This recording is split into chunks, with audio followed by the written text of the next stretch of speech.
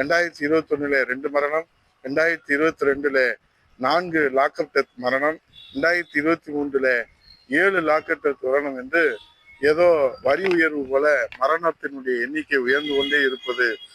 Lockup இதுவரை 25 என்று நமக்கு செய்திகள் தெரிவிக்கிறது. இது குறித்து நம்முடைய மாண்புமிகு எதிர்க்கட்சி தலைவர் சட்டமன்றத்தில் 2022 மார்ச் 6ஆம் தேதி காவல்துறை மானிய கோரிக்கையில இந்த லாக்அப் டெத் மரணத்தின் குறித்து அதனுடைய கொடுமை குறித்து சட்டப்பேரவையில முன்வைத்தார்கள். மாண்புமிகு முதலமைச்சர் அவர்களிடத்திலிருந்து உரிய பதில் கிடைக்கவில்லை. மாண்புமிகு எதிர்க்கட்சி தலைவர் கேட்டதையும் நேரடி ஒளிபரப்பு செய்யவில்லை.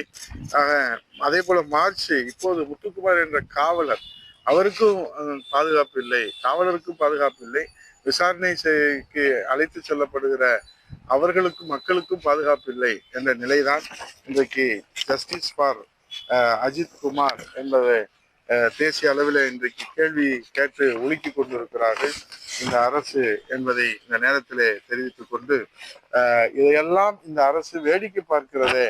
ஒருவேளை அப்பா ஸ்டாலின் அவர்களுக்கு நிர்வாகம் தெரியவில்லையோ என்கிற சந்தேகம் கூட எழுகிறது. நிர்வாகம் தெரியவில்லையா, அல்லது நிர்வாகம் தெரிந்து அதை கையாள தெரியவில்லையா, அல்லது தெரிந்தே மக்கள் சாகட்டும் என்று விட்டு விடுகிறார்களா? விசாரணை கைதிகள் எப்படி தொடர் மர்ம மரணம் ஏற்படுகிறது என்பதுதான் இந்த தமிழ்நாட்டு மக்களுடைய கேள்வி.